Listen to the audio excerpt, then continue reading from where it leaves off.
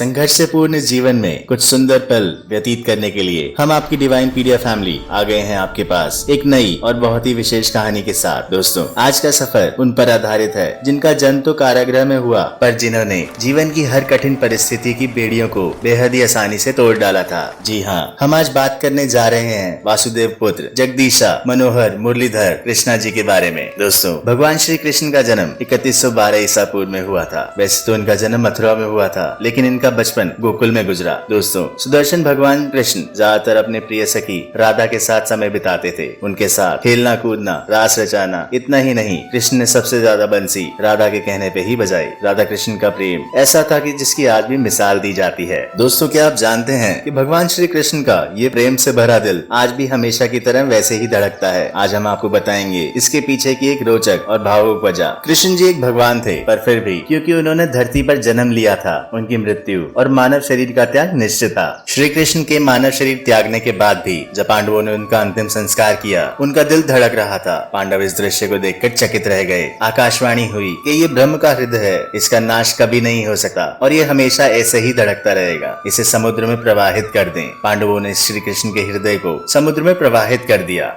तो आइए दोस्तों, अब सुनाते हैं इससे जुड़ी आपको एक और कथा। दोस्तों, भगवत पुराण के अनुसार एक बार श्री कृष्ण के पुत्र शाम को एक शरारत सूझी और वो स्त्री का वेश धारण कर अपने दोस्तों के साथ ऋषियों से मिलने चला गया। उन्होंने ऋषियों से कहा कि वो गर्भवती हैं और उन्होंने ऋषियों को धोखा देना चाहा, तो ऋषि क्रोधित हो गए और उन्होंने स्त्री बने श्याम को श्राप दे दिया कि तुम ऐसे लोहे के तीर को जन्म दोगे जो तुम्हारे कुल का नाश करेगा। ऋषियों का श्राप सुनकर श्याम बहुत डर गया। वह उग्रसेन के पास गया। तब उग्रसेन ने बताया कि तुम तीर का चूर्ण बनाकर नदी में प्रवाहित कर दो। दोस्तों, इस घटना के बाद द्वारका के लोगों को कई अशुभ घटना के संकेत मिले। द्वारका में अपराध और पाप बढ़ने लगे। ये देखकर श्री कृष्ण बहुत दुखी हुए और उन्होंने अपनी प्रजा को द्वारका छोड़कर प्रभास नदी के तट पर रहने को कहा। तब लोग उनकी बात मानकर प्रभास नदी के तट पर चले गए। वहाँ जाकर वह शराब के नशे में रहने लगे और एक दूसरे से लड़ने लगे और लड़ते लड़ते मर गए। कुछ दिनों बाद बलराम भी मर गए। माना जाता है कि जब महाभारत के युद्ध के 36 साल बाद श्री कृष्ण एक पेड़ के नीचे योग समाधि ले रहे थे, तभी जरा नाम का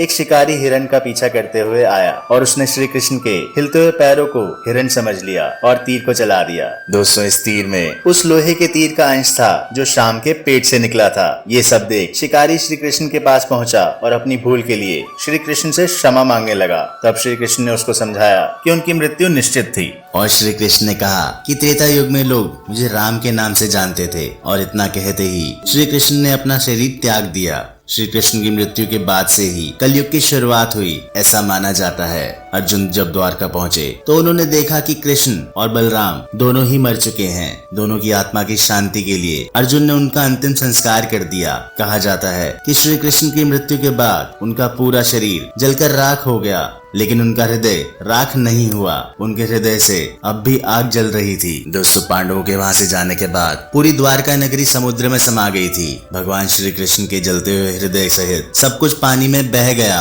और श्री कृष्ण का हृदय एक लोहे के मुलायम पिंड में तब्दील हो गया। दोस्तों, माना जाता है कि अवंतिकापुरी के राजा इंद्रदयुम भगवान विष्णु के बड़े भक्त थे और उनके दर्शन पाना चाहते थे। एक रात उन्होंने सपने में देखा कि भगवान विष्णु उन्हें नीले माधव के रूप में दर्शन देंगे। राजा अगली सुबह नीले माधव की खोज में निकल पड़े। जब उन्हें नीले माधव मिले तो वे इसे अपने साथ ले गए और भगवान जगन्नाथ मंदिर में स्थापना कर दी। मान्यताओं के अनुसार श्री कृष्ण का दिल आज भी भगवान जगन्नाथ के मंदिर में रखा हुआ है और आज तक इसे किसी ने नहीं देखा है। दोस्तों, नकलेवर के अवसर पर 12 या 19 साल के अंतराल में मूर्तियों को बदला जाता है। भगवान श्री कृष्ण का हृदय बदलते समय आंखों पर पट्टी, हाथ में दस्ताने और पूरे शहर की बिजली गुल करने के पीछे यह मान्यता है कि अगर किसी ने गलती से भी उसे देख लिया तो उनकी मृत्यु हो जाएगी। तो दोस्तों, ये था आज का छोटा सा मगर महत्वपूर्ण और रोचक सफर। आशा करते हैं कि हम आज भी आपको अपने साथ बांधकर रख पाए होंगे और आपको भगवान के थोड़ा और निकट लेकर गए होंगे।